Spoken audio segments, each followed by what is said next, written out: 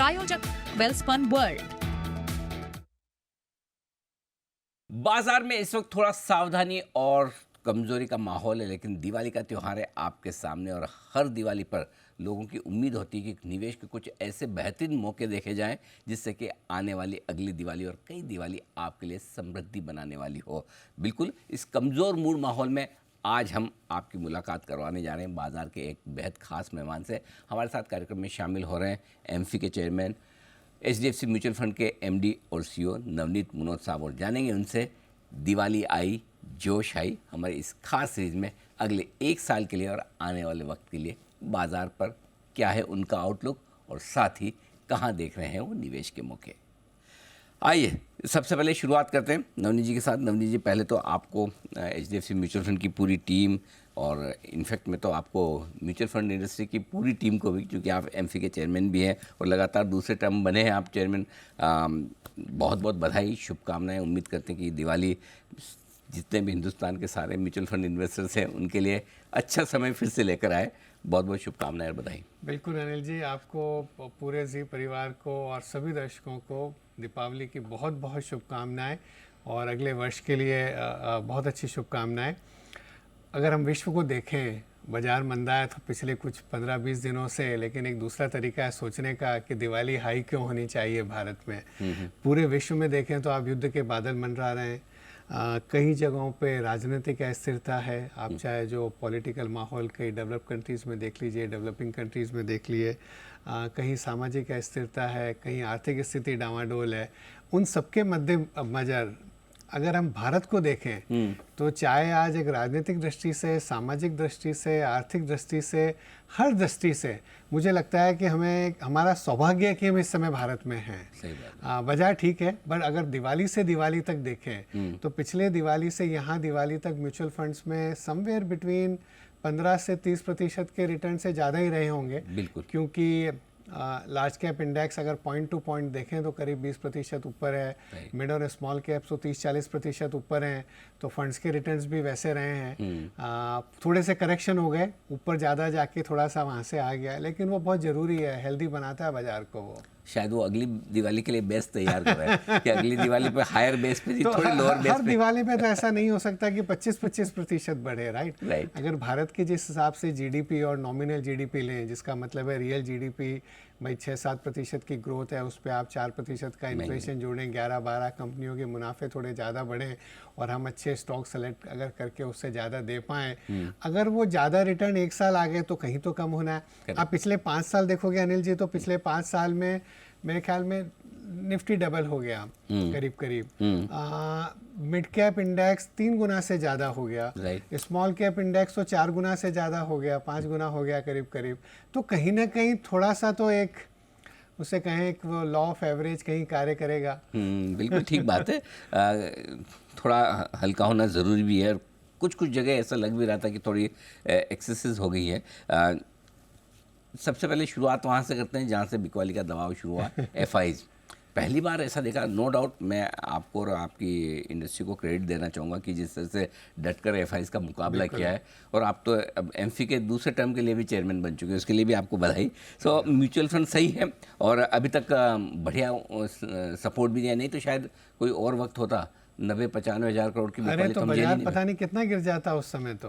और पिछले 4-5 वर्षों में हमने देखा है कि जो रियल हीरो है बाजार में, जो रियल जिसको अगर क्रेडिट जानी चाहिए तो वो हमारे घरेलू निवेशक हैं, हमारे रिटेल निवेशक हैं, जिन्होंने जिस तरह से ये एसआईपी का मूवमेंट बनाया है। क्या 24,500 करोड़ हर महीने, जब अक्टूबर का फिगर आएगा तो मुझे कॉन्फिडेंस है कि धीरे धीरे बढ़ता ही रहेगा हर महीने। 24,500 करोड़ हर महीने को अगर हम 12 से गुना करें अनिल जी, तो करीब $35 बिलियन होता है।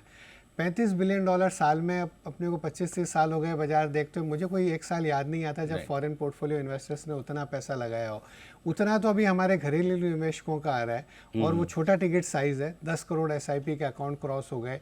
हमारी इंडस्ट्री में एक गर्व का विषय है हमारे लिए। क्यों ये जोश हाई है? क्योंकि 5 करोड़ यूनिक इन्वेस्टर्स क्रॉस हो गए इस साल।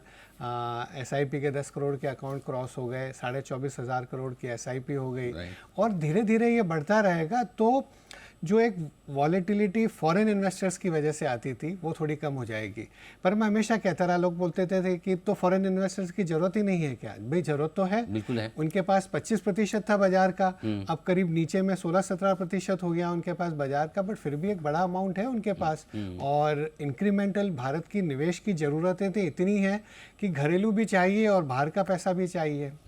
तो हमारे प्लेन दोनों इंजन पे उड़े तो ज़्यादा बिल्कुल, बढ़िया है, बिल्कुल, बिल्कुल। ज़्यादा अच्छे से हम डेफिनेटली तो उम्मीद करते हैं कि एफआईज भी वापस जल्दी से लौटेंगे। मुझे ऐसा लगता है कि ऐसा नहीं है कि उनका भारत पर एक व्यू बड़ा खराब हो गया होगा सर। निराशात्मक हो गया या नेगेटिव हो गया। हम तो बहुत लोगों से मिलते हैं, बड़े से बड़े निवेशकों को मिलते हैं भारत के बाहर।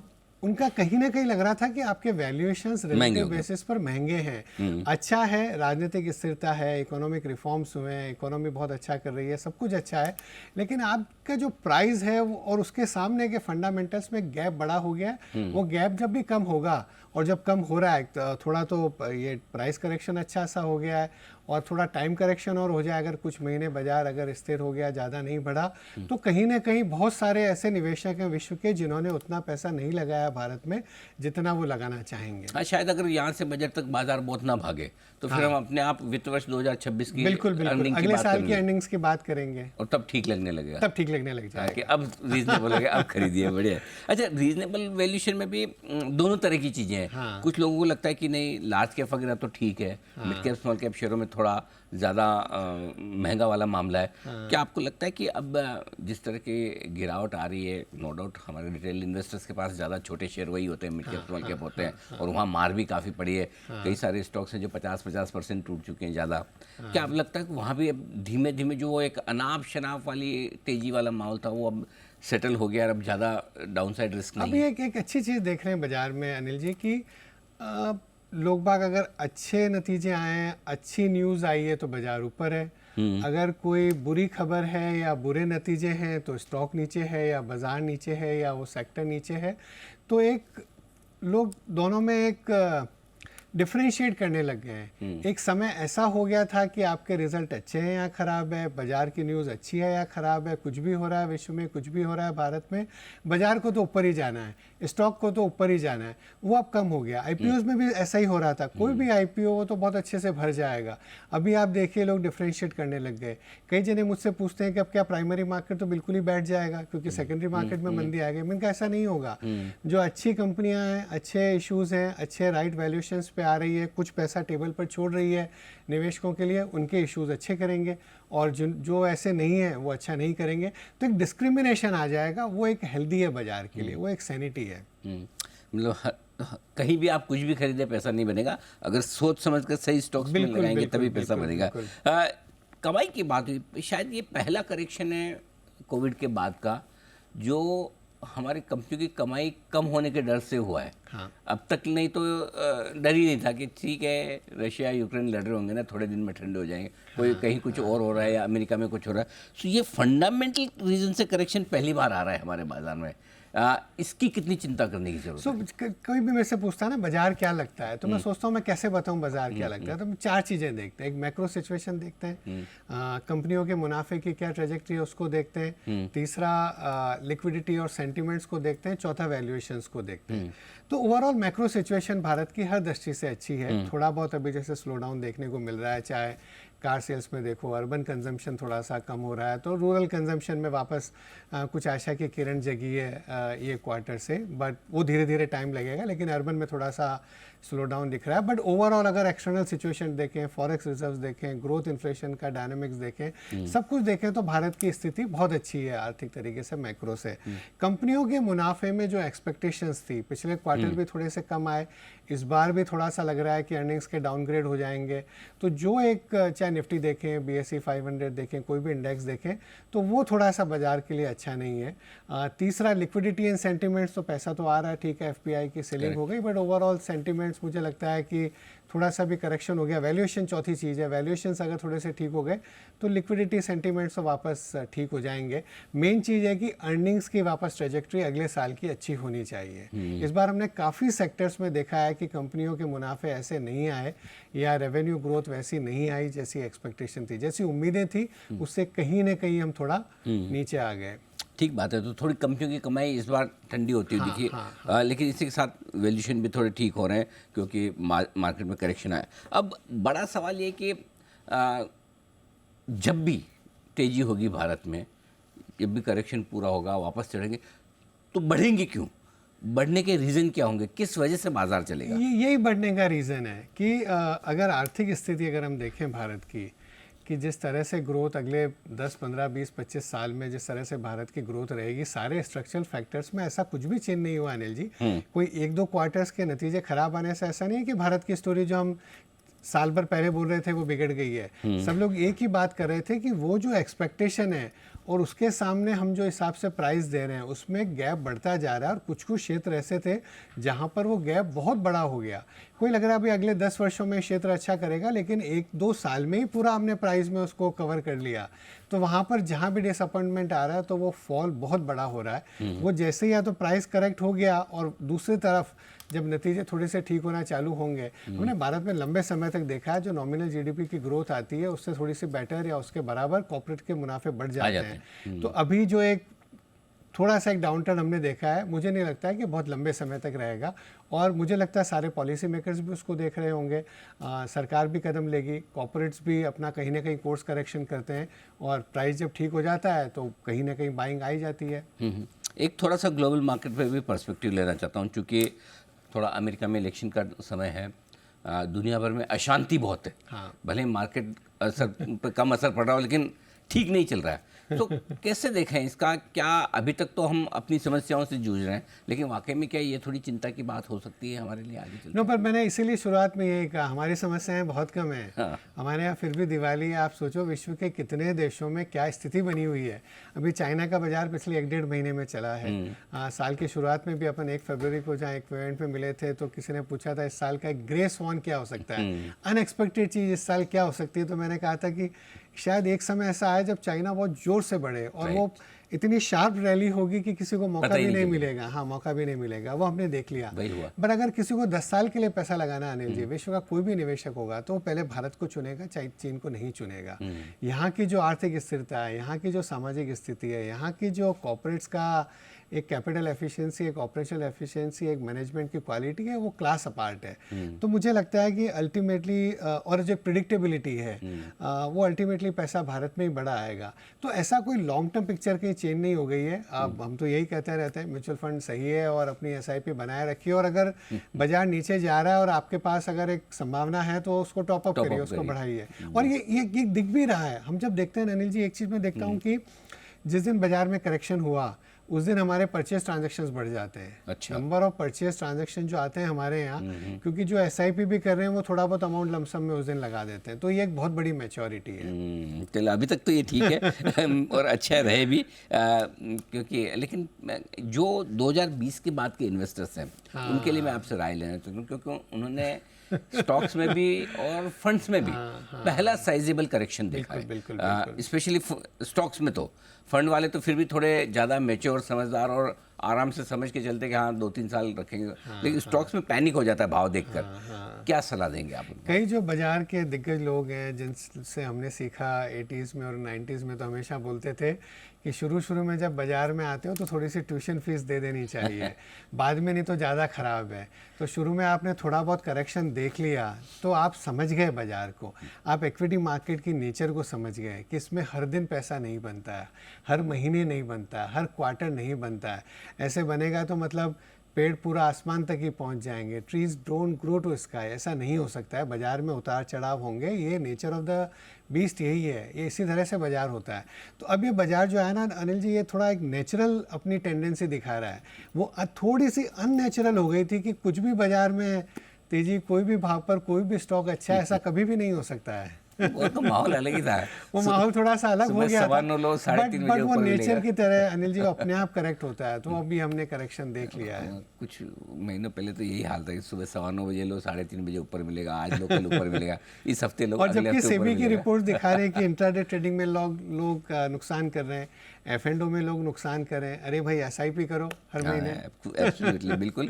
और वहीं से पैसा बना भी है और वही वही वहीं बना और वहीं बनेगा। बिल्कुल। आज भी हमारे फंड्स, कई फंड्स ऐसे हैं उनकी NAV 2-2 हज़ार रुपये। अब हमने तो अभी तो हम ये 10% के करेक्शन की बात कर रहे हैं। अभी मैंने कहीं आपके यहाँ हेडलाइन देखा, निफ्टी वो शायद मिड कैप इंडेक्स को 10% गिर गया है। टॉप से, अभी हाँ। हम आप सोचो सन 2000 में, 2001 से 3 का मंदी का बाजार, 2008 में कितना बड़ा करेक्शन हुआ, 16 में ये वो, उसके बाद भी 200 गुना NAVs हुई हैं 30 साल के अंदर। ये सब देखने के बाद हुई ये सब। बिल्कुल। कोविड का देख लिया आपने, बिल्कुल, जहाँ आधा बिल्कुल, रह गया बिल्कुल। मार्केट। हाँ। बिल्कुल ठीक बात है, बिल्कुल। आइए अब कुछ और एसेट्स पर बात करता हूँ। फिक्स इनकम डेट, क्या ये भी इस मार्केट में आकर्षक है पैसा लगाने के लिए आज से? तो ये साल अच्छा रहा है, क्योंकि जो 10 साल का गवर्नमेंट ऑफ इंडिया का बॉन्ड है अनिल जी, उसमें करीब 40-50 बेसिस पॉइंट इंटरेस्ट रेट इस साल कम हुई। अगर हम लॉन्ग टर्म बॉन्ड फंड देखेंगे तो करीब मेरे ख्याल में, अगर जहाँ तक मुझे याद है, 9-10% के रिटर्न रहे हैं, उसमें बड़े अच्छे रिटर्न रहे हैं। और अगले भी 1-2 साल में, 3 साल में लग रहा है कि यहाँ से ब्याज की दरें बढ़ेगी नहीं। RBI ने अपना स्टांस न्यूट्रल कर दिया, हालांकि गवर्नर ने कहा है कि वो कोई जल्दी में नहीं है ब्याज की दरें काटने में। विश्व का माहौल देखेंगे, कमोडिटी प्राइसेस देखेंगे, यहाँ पर इन्फ्लेशन की स्थिति देखेंगे, ग्रोथ की स्थिति देखेंगे, लेकिन यहाँ से ब्याज की दरें बढ़ नहीं सकती। अगला जो भी मूव आएगा वो कट का आना चाहिए। तो फिक्स इनकम भी एक अच्छी एसेट क्लास है। और ये जब करेक्शन आता है तब लोगों को लगता है कि सारा पैसा 100 का 100 रुपया वहाँ नहीं होना चाहिए, उसको थोड़ा सा एक थाली की तरह हर चीज़ को मिक्स करके रखना चाहिए। तो एसेट एलोकेशन की तरफ लोगों का ध्यान जा रहा है। अच्छा, हिंदुस्तान में एक बड़ी समस्या है हमारे लोगों के साथ, गोल्ड के भाव जब बढ़ते हैं, अभी तो लाइफ हाई पर है, तो हमें पता नहीं चलता खुश होना है कि दुखी होना है। कि जो पड़ा है गोल्ड, उसके भाव बढ़ रहे हैं, तो भाव बढ़ गए, खुशी होने, लेकिन फिर भी मन में और लेना था, रह गया, और लेना था, रह गया। बिल्कुल। और कुछ ना कुछ तो लोग जैसे शादी ब्याह में खरीदते हैं, अपना धनतेरस पे खरीदते हैं। मैं तो यही कहूँगा, धनतेरस में ETF में लगाइए, गोल्ड फंड के जरिए लगाइए, और थोड़ा सा एलोकेशन। गोल्ड का तो रिटर्न बड़ा अच्छा रहा Anil ji, point two point मेरे ख्याल में 30% साल भर दिवाली से। तो वो जोश हाई में गोल्ड ही है, जोश हाई रहा है। नो, मतलब शेयर बाजार के रिटर्न भी पॉइंट टू पॉइंट अच्छे रहे हैं। हम ज़्यादा ऊपर गए और वहाँ से थोड़े गिरे हैं इंडेक्स लेवल पे। अब स्टॉक्स तो कुछ अब जब वो कोई स्टॉक्स 5-5 गुना कैसे हो गए, कई फंड मैनेजर्स को भी नहीं समझ रहा था। अब वहाँ से करेक्शन होने के बाद भी कभी डिस्कस करा था हमारे फंड मैनेजर्स, तो बोले, वो मैंने बोला इतना टूट गया है, 40% टूट गया। बोले नहीं सर, अभी भी सस्ता नहीं है, वो तो बढ़ा ही इतना था, इसलिए वो करेक्शन दिख रहा है। पर मुझे लग रहा है कि थोड़ा सा आजकल एक चीज़ हो गई अनिल जी की, हर चीज़ का रिएक्शन बड़ा तुरंत हो जाता है, फास्ट हो जाता है। तो हो सकता है कई सारे स्टॉक जो हम नहीं ले पा रहे थे वैल्यूएशंस की वजह से, फंडामेंटल्स में दिक्कत नहीं थी, कंपनी में कोई दिक्कत नहीं थी, वो अब धीरे धीरे हो सकता है कई स्टॉक्स लेने जैसे बन जाएंगे। तो गोल्ड में अभी भी इन्वेस्टेड रहना चाहिए, एक हेजिंग के हिसाब से थोड़ा सा एलोकेशन रहना चाहिए, नया पैसा लगाने का मतलब। हाँ, विश्व में कभी कुछ हो गया, जैसे आपने पहले ही बोला, US इलेक्शंस है, कई तरह की अस्थिरता का माहौल है, तो एक हेजिंग के हिसाब से रहना चाहिए। एक और एसेट क्लास रियल एस्टेट, चाहे वो आप सीधे रियल एस्टेट खरीदें, स्टॉक खरीदें, या फिर रीट्स वगैरह के थ्रू इन्वेस्ट करें, क्या ये एक अच्छा निवेश हो सकता है? पर रियल एस्टेट क्या है अनिल जी, मतलब 3 चीज़ें होती है इंपॉर्टेंट, लोकेशन लोकेशन लोकेशन। अब उसमें एक ऐसा मैक्रो व्यू ले लेना बहुत मुश्किल है। इनलिक्विडिटी है बहुत ज़्यादा, कोई निवेश करना और पैसा निकाल लेना। हमारे यहाँ तो आप आज डालिए, आपको लग रहा है नहीं, बाजार अच्छा नहीं लग रहा है, T+1 पे रिडेम्पशन हो जाता है अगले दिन NAV पे, आज के शाम के भावों के हिसाब से। चाहे इक्विटी हो, फिक्स इनकम फंड हो, अगर आपने मल्टी एसेट टाइप फंड ले लिया जिसमें इक्विटी, फिक्स इनकम, गोल्ड सब मिल गया आपको, large cap, mid cap, small cap, तो वो एक लिक्विडिटी का बहुत बड़ा फायदा है फाइनेंशियल एसेट्स में। तो फिर जिसको एसेट एलोकेशन प्रॉपर, अब अपना रहने का घर लेना है, अपनी दुकान चलानी है, उसके लिए दुकान लेनी है, वेयर हाउस लेना, वो एक अलग चीज़ है। तो फिर जिसको अलग अलग एसेट क्लास में पैसा डालना है, बेहतर ये कि मल्टी एसेट एलोकेशन फंड में पैसा डालें। बिल्कुल बिल्कुल। अच्छा, दूसरा एक और, कई बार रिटेल इन्वेस्टर्स को ये समझ में नहीं आता कब लार्ज कैप्स लेने हैं, कब मिड कैप, स्मॉल कैप लेने हैं, तो क्या उनके लिए भी बेहतर option? HDFC flexi cap fund ले लो, मल्टी कैप फंड ले लो, उसमें आपको वो ज़्यादा बढ़िया सारे मिल रहे हैं। बिल्कुल, ताकि आपको सब तरह के मिल जाते हैं। सो इन बिटवीन एक समय था जब हम कह रहे थे कि भाई लार्ज कैप में रिलेटिवली मार्जिन ऑफ सेफ्टी ज़्यादा है, मिड और स्मॉल कैप्स में वैल्यूएशंस बहुत बढ़ गए हैं, आपने बड़ा करेक्शन देखा है। बट अभी तो थोड़े से समय अगर करेक्शन हो गया तो मल्टी कैप, फ्लेक्सी कैप में आपको सब अच्छा एक्सपोजर मिल जाएगा सबका। अब यहाँ से भी अगर कुछ और ज़्यादा ख़राब होना हो तो उसके कारण क्या हो सकते हैं, लोकल या ग्लोबल, क्या हो सकता सिर्फ बाजार बढ़ने के और ख़राब होने के कहाँ से कौन सा कारण आता है पता नहीं चलता है। फरवरी में अनिल जी आपके साथ स्टूडियो में बैठ के हमने एक दिन बोला कि आज ऑल टाइम हाई पे 12,000 की निफ्टी हो गई, तब नहीं पता चल रहा था कि 25 दिन बाद तो हम 7700 इंडेक्स पे होंगे, बाजार में नीचे के सर्किट भी लग गए। और जब 7700 आया तब ऐसा नहीं लग रहा था कि ये तो हम 25 भी हो गए, 3 गुना हो जाएंगे 3 साल के अंदर, राइट। वहाँ से हम तो 3 गुना 8,000 का वाला भी आज 24,000 पे निफ्टी है। तो कहाँ से कारण आ जाते हैं, बोलते हैं एक नोन नोन होता है कि हाँ ये चीज़ हो सकती है, बाजार में ये नतीजे हैं, या जो यूएस के इलेक्शन है।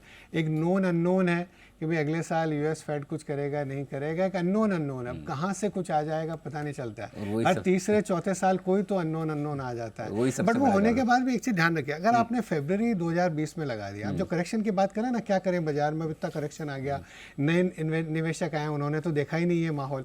अभी सपोज आप फरवरी 2020 में बाजार में घुसे और 12,000 का निफ्टी था, आपने पीक पे पैसा लगा दिया, अगले महीने आपने देखा कि 25% 30% बाजार गिर गया, लेकिन आप बैठे रहे, आपने कुछ नहीं करा, तो आपका तो पैसा वहाँ से भी डबल हुआ है। एग्जैक्टली, वहाँ से भी डबल हुआ है।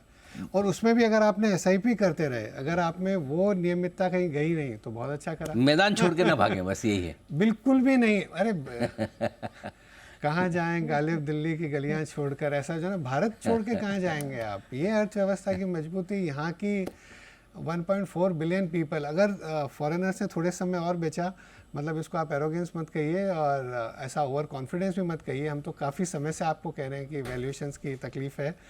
बट मैं तो यही कहूँगा, बाद में महीने 2 महीने बाद अगर ज़्यादा बेच दिया तो don't fight against the might of a billion people.